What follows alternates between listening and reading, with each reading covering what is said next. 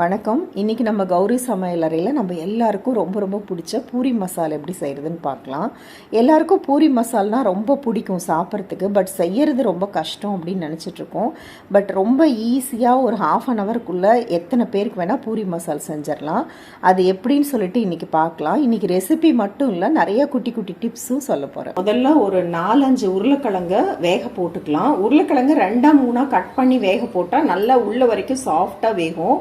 அதே சமயம் தோல் உரிக்கிறதுக்கும் ஈஸியாக இருக்கும். உருளைக்கிழங்க குக்கரில் சேர்த்து முழுகிற அளவு தண்ணி வச்சு 4-5 விசிலுக்கு சாஃப்டாக வேக வச்சுக்கலாம். இது வெந்து வரத்துக்குள்ளே நம்ம வெங்காயம் கட் பண்ணுறது, பூரி மாவு பிசைறது அதெல்லாம் பண்ணிக்கலாம்.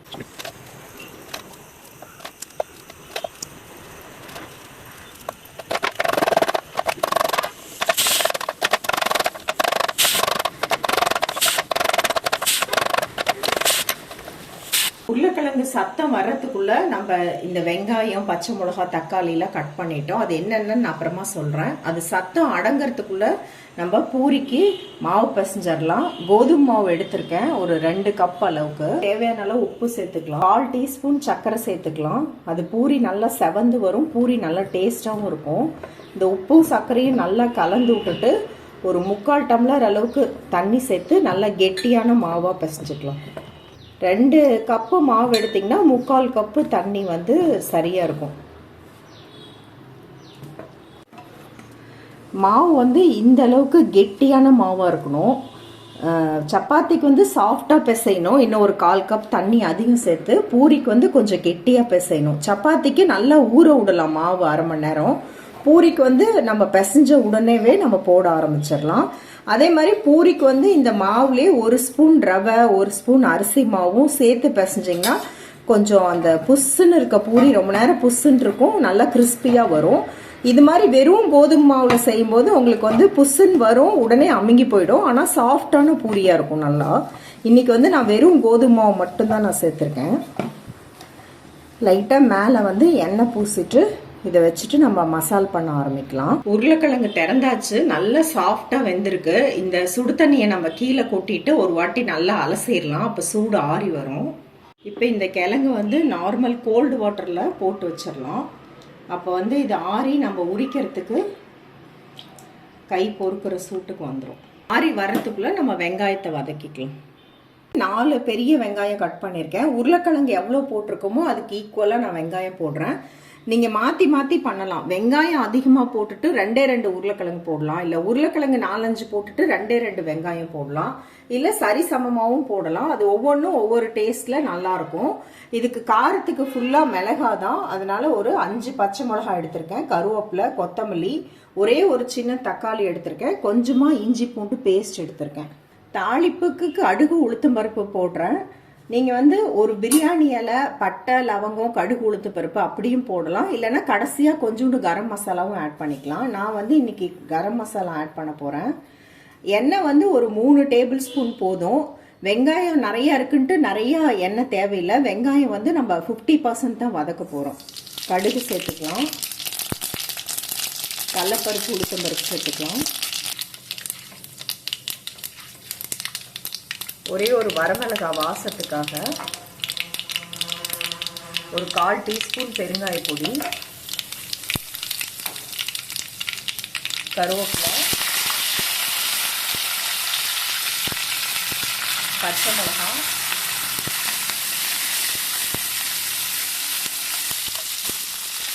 வெங்காயத்தை எல்லாம் சேர்த்துட்டு நல்லா ஹை ஃப்ளேமில் வச்சு வெங்காயத்தை ஒரு 50% வதக்கிக்கலாம். வெங்காயம் வதங்கிறதுக்குள்ள நம்ம இந்த உருளைக்கிழங்கு நல்லா ஆறி வந்துருச்சு. இதை உரிச்சு வச்சுக்கலாம். தோல் உரிச்சு இந்த அளவுக்கு வதங்கினா போதும். இப்போ சும்மா ஒரு 3/4 ஸ்பூன் இஞ்சி பூண்டு பேஸ்ட் ஆட் பண்ணுறேன். உருளைக்கிழங்கு சேர்த்துறதுனால கொஞ்சம் கேஸாக இருக்கும்னு சொல்லிட்டு நான் பூண்டு, பெருங்காயம் அதெல்லாம் ஆட் பண்ணுறேன்.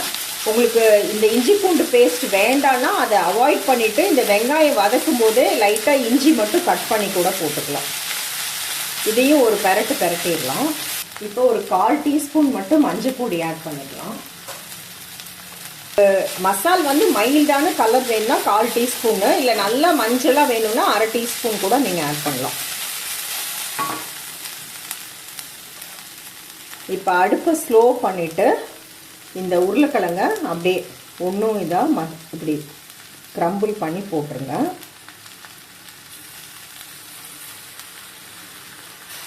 லாஸ்ட்டாக மசால் சேர்ந்து கொடுக்கறதுக்கு கடலை மாவு கரைச்சி விடலாம், பொட்டுக்கடலை மாவு கரைச்சி விடலாம். 2 ஸ்பூன் பொட்டுக்கல்லையும் தேங்காயும் ஒரு பேஸ்ட்டாக சும்மா கொஞ்சம் கொஞ்சம் 1 ஸ்பூன் தேங்காய் 1 ஸ்பூன் பொட்டுக்கடலை தேங்காயை பேஸ்ட்டாக அரைச்சி கரைச்சி விடலாம். அந்த மாதிரி எப்படி வேணால் நீங்கள் பண்ணலாம். இல்லை எதுவுமே வேண்டான்னா இந்த உருளைக்கிழங்கே ஒரு 2 பீஸ் 3 பீஸ் மட்டும் எடுத்து அதை நல்லா கரைச்சி தண்ணியில் கரைச்சி அதை விட்டால் கூட அது ஒரு பைண்டிங் மாதிரி இருக்கும் அந்த உருளைக்கிழங்கு. இந்த மாவெல்லாம் எதுவுமே வேண்டாம் அப்படின்னா அப்படியே விடலாம். இல்லை எதுவுமே வேண்டாம் பொரியல் மாதிரி ஒரு மசால் வேணும் அப்படின்னா இப்படியே ஒரு பொரியல் மாதிரி மிக்ஸ் பண்ணி விட்டு அப்படியே ஒரு பொரியல் மாதிரியும் மசால் வைக்கலாம். இல்லை தொட்டு சாப்பிட்ற மாதிரி வேணும் அப்படின்னா பைண்டிங்காக நம்ம ஏதாவது ஒன்று ஆட் பண்ணோம். அது வந்து கடலை மாவு இல்லை பொட்டுக்கடலை மாவாக இருக்கலாம், இல்லைனா கொஞ்சம் தேங்காயும் பொட்டுக்கல்லையும் அரைச்சதாக இருக்கலாம், இல்லைனா உருளைக்கிழங்கே கரைச்சி விட்டும் பைண்டிங் பண்ணலாம். மசாலுக்கு தேவையான அளவுக்கு உப்பு சேர்த்துக்கலாம். பொரியல் மாதிரி அப்படியே பண்ணுறீங்கன்னா சால்ட்டு சேர்த்துக்கோங்க. நான் வந்து பொட்டுக்கடலை மாவு கரைச்சி விட போகிறேன், அதனால் வந்து நான் கல் உப்பு சேர்த்துறேன். அதனால் மாவு கரைச்சி விட்றனால மசாலும் கொஞ்சம் நிறைய வரும். அதுக்காக உப்பு மிளகாலாம் அதுக்கு தகுந்த மாதிரி கொஞ்சம் அதிகமாக சேர்த்துருக்கேன். நீங்கள் பொரியல் மாதிரி இப்படியே பண்ணுறதா இருந்தால் உப்பு காரம்லாம் கொஞ்சம் கம்மியாக சேர்த்துக்கோங்க. 2 டேபிள் ஸ்பூன் உடச்ச கடலையை ட்ரையான மிக்சியில் சேர்த்து நைஸான பவுடராக பண்ணிக்கலாம். கடலை மாவு பண்ணால் ஒரு மாவு வாசம் அடிக்குது, அது பச்சை மாவுங்கிறனால. இது வந்து ரோஸ்டட் கிராம், அது ஆல்ரெடி வறுத்துருப்பாங்க, அதனால இதை வந்து நீங்கள் போட்டிங்கன்னா அந்த ஃப்ளேவர் ரொம்ப நல்லாயிருக்கும், டேஸ்ட்டும் நல்லாயிருக்கும். மாதிரி நைஸான பவுடராக பண்ணியிருக்கேன், இதை சேர்த்துக்கலாம். இப்போ தேவையான அளவுக்கு தண்ணி சேர்த்துக்கலாம். நான் சொன்ன மாதிரி இந்த பொட்டுக்கடலை மாவு 1 டேபிள் ஸ்பூன் இல்லை 2 டேபிள் ஸ்பூன் போட்டிங்கன்னா அது நிறைய குவான்டிட்டி கொடுக்கும், ஒரு பைண்டிங்கும் கொடுக்கும். இந்த மசாலா இப்படி தொட்டு சாப்பிட்ற அளவுக்கு இந்த கன்சிஸ்டன்சி, அந்த டேஸ்ட்டும் நல்லாயிருக்கும். ஆனால் ரொம்ப நிறைய போட்டிங்கன்னா அது ஒரு மாதிரி புட்டு மாதிரி ஆகிடும் அந்த மசாலு. கொஞ்சம் லிக்விடாக நம்ம ஆஃப் பண்ணிக்கணும். அது ஆற ஆற இந்த பொட்டுக்கடலை மாவு உருளைக்கிழங்கு எல்லாமே கொஞ்சம் கெட்டி பட்டுட்டே வரும். 3 கப்பு போல் தண்ணி சேர்த்துருக்கேன் இந்த 2 ஸ்பூன் மாவுக்கே. மசால் வந்து நல்லா நிறைய கிடைக்கும் உங்களுக்கு. ரொம்ப நேரம் கொதிக்க தேவையில்லை, ஒரே ஒரு கொதி வந்தால் போதும். மாதிரி கொதி வரும்போது சும்மா ஒரு 1/4 டீஸ்பூன் கரம் மசாலா ஆட் பண்ணுறேன். இது ஆப்ஷனல் தான். இது வந்து நம்ம கௌரி ஷாப்லேயே அவைலபிளாக இருக்குது. சூப்பரான ஹோம்மேட் கரம் மசாலா. வேணும்னா லிங்க் வந்து டிஸ்கிரிப்ஷன் பாக்ஸில் கொடுத்துருக்கேன். ஒரே ஒரு தக்காளியை இந்த மாதிரி வெஜ்ஜஸாக கட் பண்ணி இந்த டைமுக்கு ஆட் பண்ணிக்கோங்க. மசாலில் வந்து அந்த தக்காளி வதங்கிட்டு கலர் மாறக்கூடாது, அதனால வெங்காயம் வதக்கும் போதே வதக்காமல் கடைசியாக அப்படி ஆட் பண்ணும்போது தக்காளி அப்படியே முழுசாக இருக்கும். அந்த சூட்டுக்கு லைட்டாக வெந்து கலர் எதுவும் மாறாது, தக்காளி டேஸ்ட் வந்து பெருசாக டாமினேட் ஆகாது. தக்காளி போடுறதுனால ஒரு டேஸ்ட்டும் கிடைக்கும், அதே சமயம் நீங்கள் லஞ்ச் பாக்ஸ்க்கு கட்டிட்டு போனாலும் கெட்டு போகாமையும் இருக்கும். தக்காளி புளியெல்லாம் வந்து ஃபுட்டை வந்து கொஞ்சம் லைஃப் வந்து ப்ரொலாங் பண்ணும் கொஞ்சம் ஃபியூ ஹவர்ஸ்.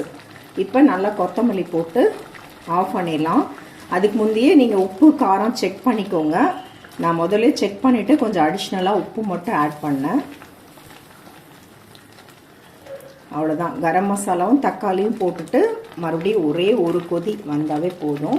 பூரிக்கு அருமையான மசாலு கன்சிஸ்டன்சியும் கரெக்டாக இருக்குது. ஆற ஆற இன்னும் கொஞ்சம் கெட்டிப்பட்டு அருமையாக இருக்கும் தொட்டு சாப்பிட்றதுக்கு.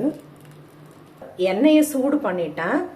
எப்பயுமே இந்த மாதிரி பூரி போடுறதுக்கு கொஞ்சம் குழிவாக சின்னதாக ஒரு கடாய் வச்சுக்கிட்டிங்கன்னா வடை பூரிக்கெலாம் சரியாக இருக்கும். இப்போல்லாம் 3 பேர் 4 பேர் தான் இருக்கும். வடை போடுறனா கூட ஒரு 5-6 வடையாக சின்னதாக இதில் போடுறதுக்கு எண்ணெய் நிறையா வேஸ்ட் ஆகாமல் இருக்கும். ஒரு 200 ml 1/4 லிட்டர் எண்ணெய் ஊற்றினாவே போதும். பூரிக்கெலாம் ரொம்ப கம்மியாகவே ஊற்றலாம், ஏன்னா நம்ம ஒவ்வொன்றா தான் போட்டு எடுக்க போகிறோம். இது ஸ்லோவில் வச்சிடலாம். இது காயறதுக்குள்ளே நம்ம தேய்ச்சி எடுத்துக்கலாம்.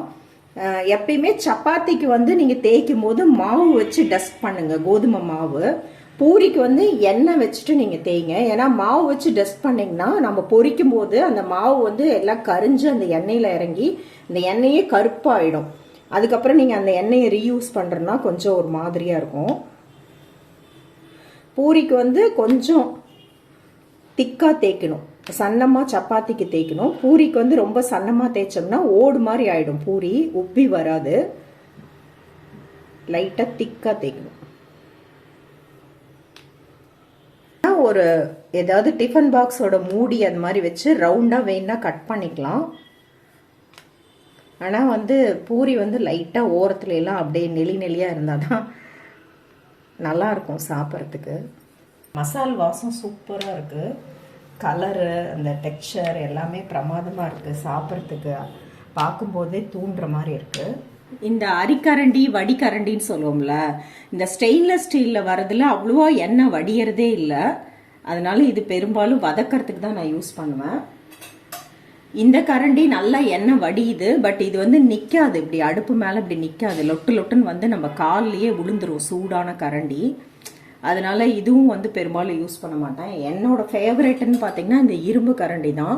நல்லா சூடு ஏறாது, கை நல்லா நீளமாக இருக்கிறதுனால நல்லா எண்ணெய் வந்து பளிச்சுன்னு வடிஞ்சு வந்துடும். இப்போ நல்ல பூரிக்கு வந்து எண்ணெய் நல்லா காஞ்சிருக்கணும். அடித்து வைக்கிறதுக்கும் வந்து நான் வந்து இந்த தோசைக்கல், இரும்பு தோசைக்கல் அதுதான் யூஸ் பண்ணுறேன். அதில் எடுத்து வச்சோம்னா நல்லா எண்ணெயெல்லாம் அடியில் வடிஞ்சு வந்துடுது. வடித்தட்டை விடவே இது ரொம்ப நல்லா இருக்கு. கொஞ்ச நேரம் கழிச்சு நீங்கள் அதை பிளேட்டுக்கு மாற்றிக்கலாம்.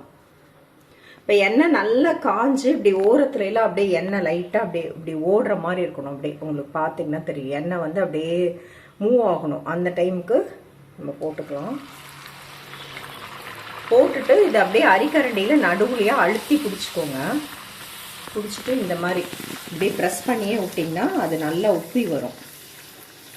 எந்த இடத்துல உப்பி வரலையோ அதை மறுபடியும் எண்ணெய்க்குள்ளேயே ப்ரெஸ் பண்ணி விட்டிங்கன்னா உப்பி வரும்.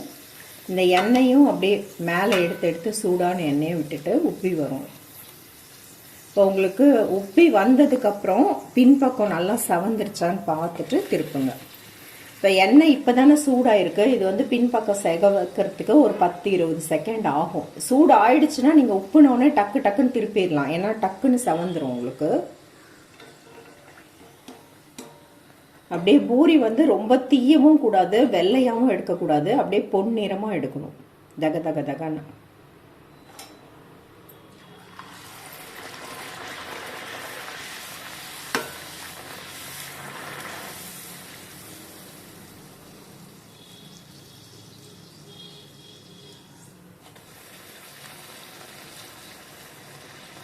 அதே மாதிரி ஒரு தடவை திருப்பிட்டு அப்படியே எடுத்துக்கணும்.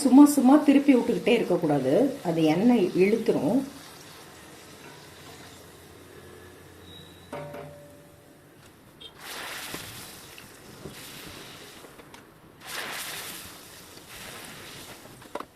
பூரி அவ்வளவா எண்ணெயே குடிக்கல, சூப்பரா இருக்கு.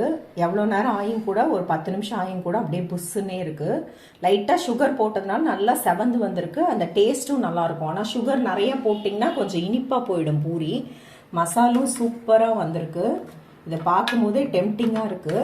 எனக்கு வேலை நிறையா இருக்குது. இதை ஒரு பிளேட்டில் எடுத்து வச்சு பூரி மசாலா விதவிதமாக ஃபோட்டோ எடுக்கிறதுக்கெலாம் டைம் இல்லை. ஸோ நான் இப்படியே வீடியோவை முடிச்சுக்கிறேன். இதில் பூரி மசாலோட ரெசிபி மட்டும் இல்லாமல் நிறைய குட்டி குட்டி டிப்ஸ் சொல்லியிருக்கேன். அது உங்களுக்கு யூஸ்ஃபுல்லாக இருந்திருக்கும்னு நினைக்கிறேன். இதில் யூஸ் பண்ண குக்கர், கடாய் இதெல்லாம் எங்கே வாங்குறீங்கன்னு கேட்குறீங்க. அதனோட லிங்க் எல்லாமே நான் டிஸ்கிரிப்ஷன் பாக்ஸில் கொடுத்துருக்கேன். அமேசான் லிங்க்கும் கொடுக்குறேன். சேலம் மீனாட்சி அண்ட் மீனாட்சிலையும் அவைலபிள் இருக்குது. அவங்க கடை நம்பரும் கொடுக்குறேன். ஸோ உங்களுக்கு வேணும்னா நீங்கள் வாங்கிக்கலாம். மறக்காமல் நம்ம கௌரி ஷாப்லேயும் ஏதாவது ஷாப்பிங் பண்ணுங்கள். அதனோட லிங்க்கும் நான் கீழே கொடுக்குறேன். பார்த்தீங்களா எவ்வளோ ஈஸியாக இருக்குது, பார்க்குறதுக்கும் எவ்வளோ டெம்டிங்காக இருக்குது, உடனே சாப்பிட்ணும் போல் இருக்குல்ல. நீங்களும் இதே மாதிரி செஞ்சு பாருங்கள். உங்களுக்கு மார்னிங் டைமில் ரொம்ப ஈஸியாக இருக்கும். லஞ்ச் பாக்ஸில் கட்டி கொடுக்கறதுக்கும் நல்லாயிருக்கும். இல்லை ஒரு சண்டே அன்னைக்கே எல்லாருக்கும் பிடிச்ச மாதிரி பூரி மசால் செய்யணும் அப்படின்னாலும் இந்த மாதிரி நீங்கள் செஞ்சிங்கன்னா உங்களுக்கு வேலையும் ஈஸியாக முடியும். எல்லாருக்கும் ரொம்ப பிடிச்சி போய் உங்களை ரொம்ப பாராட்டவும் செய்வாங்க. இதே மாதிரி செஞ்சு பார்த்துட்டு எப்படி இருக்குன்னு உங்கள் ஃபீட்பேக்ஸ், கமெண்ட்ஸ் என் கூட ஷேர் பண்ணிக்கோங்க. பாய்.